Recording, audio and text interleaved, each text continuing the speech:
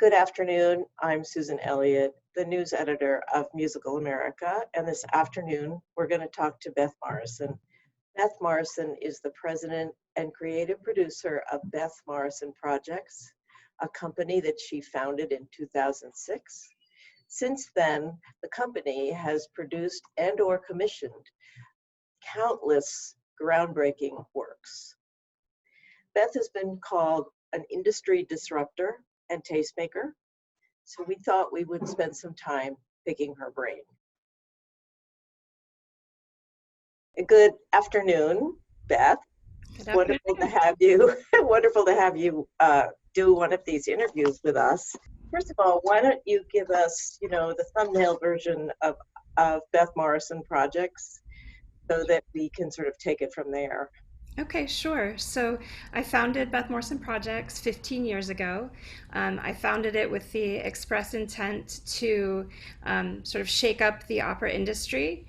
I was very interested in creating a new repertoire that was done with all living composers, that was really taking on the problems, the stories of our time, and finding the most exciting compositional voices to do that. I also was very interested in bringing as much theatricality to the work as I could through lots of different media, and always trying to sort of push at the form of what opera has been in order to really expand it and create a new association with the word itself. And 15 years later, we're now a 9-person company, and we also founded the Prototype Festival almost 10 years ago now. And so what we do is we commission, we develop, we produce, and we tour contemporary chamber opera and music theater. And what have you been doing since last March? Well, we had 10 tours cancel, and that was absolutely devastating for us financially, and also, of course, for our artists in terms of getting their work out there. And we took a long time to sort of triage and figure out how we were going to weather this storm. We are weathering the storm, I am happy and proud to say. We've created a digital platform now called BMP Limitless, and we're doing a number of initiatives that are very exciting, which I could get into if you'd like, but we're now doing a ton of creative work in a medium we've never worked in before. And so it's all new, and when you sort of a seasoned producer for the stage, and here we are now, like, all learning again in terms of how do we do this. So it's an exciting challenge. It's an exciting moment, I think, for creative thinking, which has always been what I try to drive the company is, how do we respond to the moment that we're in? And so this is us responding now. You already were way ahead of the game, because you had, not only were you specializing in contemporary opera and working with new artists and new composers and so forth, or contemporary composers, and your casts were not, they were, as many contemporary opera casts are, small.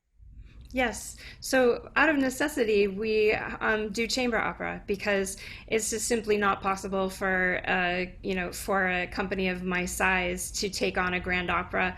Nor is it particularly interesting for me. I'm very interested in the smaller form. I'm interested in what it means for audiences to be that intimate with an artist. If we're doing an opera in a 250-seat black box or a 500-seat theater, it's a much different experience than being in a 4,000-seat venue. The way that we work is different and unique in the opera field, in that we've sort of put together two different kinds of companies. We've got the sort of nonprofit performing arts company that commissions all of the work, and that we work in the building of the work, and then we have the touring side of the company, and we don't subsidize the tours. So that is all income generating work. You're really dependent on the actual performance or the presentation of the actual performance in order to pay your artists. Absolutely. So BMP fundraises for our world premieres, and then once we tour, that is then the responsibility of the presenters to pay BMP an artist fee that we then pay out to all of the artists. Yeah. And so it's been very challenging. Different presenters have been working in different ways in terms of the canceled contracts due to COVID. BMP made a commitment that we will pay artists on every show that was contracted, to the best of our ability to do that. And so everyone has received payment for their work, whether they were able to, whether we were able to do the tour or not. We weren't able to fill 100% of those fees, but it was incredibly important to us to be able to pay the artists, because if we don't have the artists, we don't have anything. So there are two things I would love to get into. One is when you say you're going to be one of the success stories coming out of this mess that we're in. Can you elaborate on that a little bit? Sure. Thanks very much to the PPP. Thanks very much to the New York Community Trust. Thanks very much to other foundations that have come in to support us, and also my own, savings. I've been saving for the rainy day since I started the company. I didn't quite think it was going to be a tsunami like it is, but here we are. And so through all of those things, we are financially stable, and I'm very grateful for that. And we need to get back into theaters hopefully in the next year, and in order for an income to really be generated for us. So we certainly can't go on forever, but for the foreseeable future, we're in good shape. But we've been streaming an opera a week from our archives. Part of that has also been done with LA Opera, who is Right. our partner on the West Coast. And Right. one of the wonderful things is we were supposed to do Angel's Bone with them this spring. It got canceled, of course. And what we have done is we've streamed the production on their website, and in person we would have reached maximum 2,000 people for the run out there. 20,000 people watched Angel's Bone on LA Opera's platform with us. So the reach for this work, when you enter a digital world, is limitless, which is why our initiative is called BMP Limitless. And we're so excited to be able to democratize this art form in a way that it never has had the capacity to do before, because people, all they need to do is tune in. We're not asking them to buy a ticket, and we generally don't have control over our ticket prices, because we're working with presenters and they set the ticket prices. So, but the streams are free, correct? Yes, so we've been streaming the work for free. That's winding down, and now we're we're doing a ton of new commissions for artists for all of the upcoming programming that we're doing, and that's what feels good to us, is that we're supporting artists in this terrible time, and we're creating new work, and it'll be provocative and interesting and different than what we normally do, but it will give us a chance to explore and play. And no doubt there'll be failure in there, I'm sure, because you can't experiment without failure. Right. But that's what BMP does. We give artists the space to experiment, really, and to have an opportunity without really fear of failure.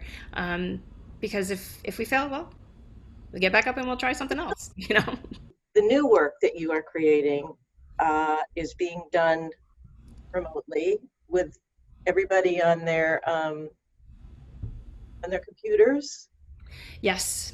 Everything that's being created now is being created with everybody in their own room. We're not gathering artists together at this time. We don't feel that that's appropriate. But in the meantime, we're in the same room on a screen together.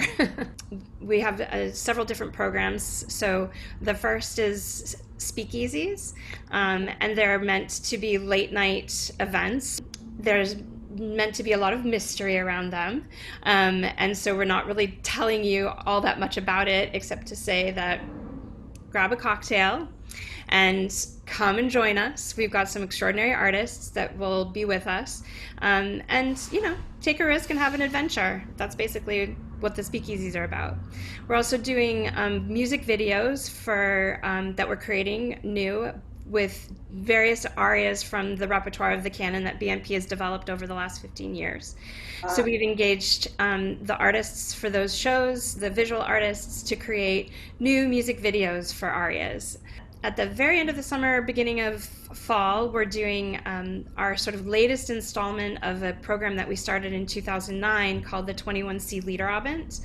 Liederabend meaning song night, which was started in Schubert's day, and it's essentially a gathering of people to sing for each other. And then our last thing that we're doing, which we're so excited about, is we've started a producers academy. And this is an opportunity for us to give back to the field. We're doing a week of free workshops for artists who want to learn how to self-produce, for young producers who are trying to get their feet wet, for people who don't have the money to go to an arts administration program. So we've got a week of free classes, and then we do an 8-week paid course for a much smaller group. what do you think about paying for streaming? We are charging for all of our new creative content, and others are starting to do that as well. We did not do that for the archival work, but we have to do that now for the creative commissions because we need to generate some income to pay the artists. So we have a ticket price. They're low. Where our ticket price is like $20, $25, per event. Yeah. One of the things that we do in these interviews is we ask people who are experienced in the business and have been successful in the business what they would tell their colleagues in terms of going forward. Where do we go from here? What should we be thinking about differently? That sort of thing. Sure. So I think the biggest thing right now, as we're all sort of dealing, with the catastrophic elements, coming from COVID, is for us to really challenge ourselves to think differently. And it isn't business as usual in any way. And in order for us to find our way forward as a field, Mhm. um, we really need to be able to um, have creative thinking and to allow for that, not just at the top level, but all of the levels of whatever organization you're working with. Everyone has really incredible ideas, and so BNP has been working very much as a brain trust through this, where all of my staff, 9 staff, we gather every day, and we're really working as a team to come up with the ideas that we're doing, which is different than how it's been in the past in terms of really my curatorial vision 100%. I'm now sort of democratizing that in my organization in order to find our way in this new world and what we think may work and what might not work.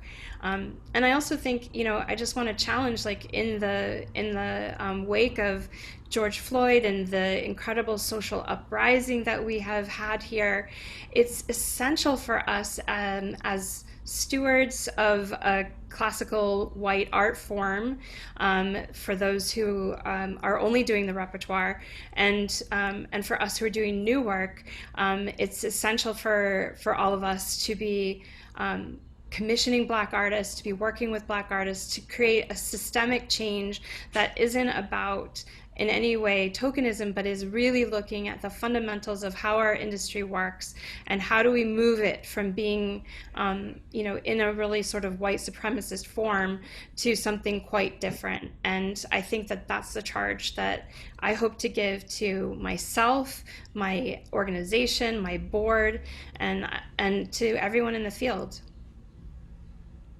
That's great. That's really, really true. I mean, that should be a priority for all of us.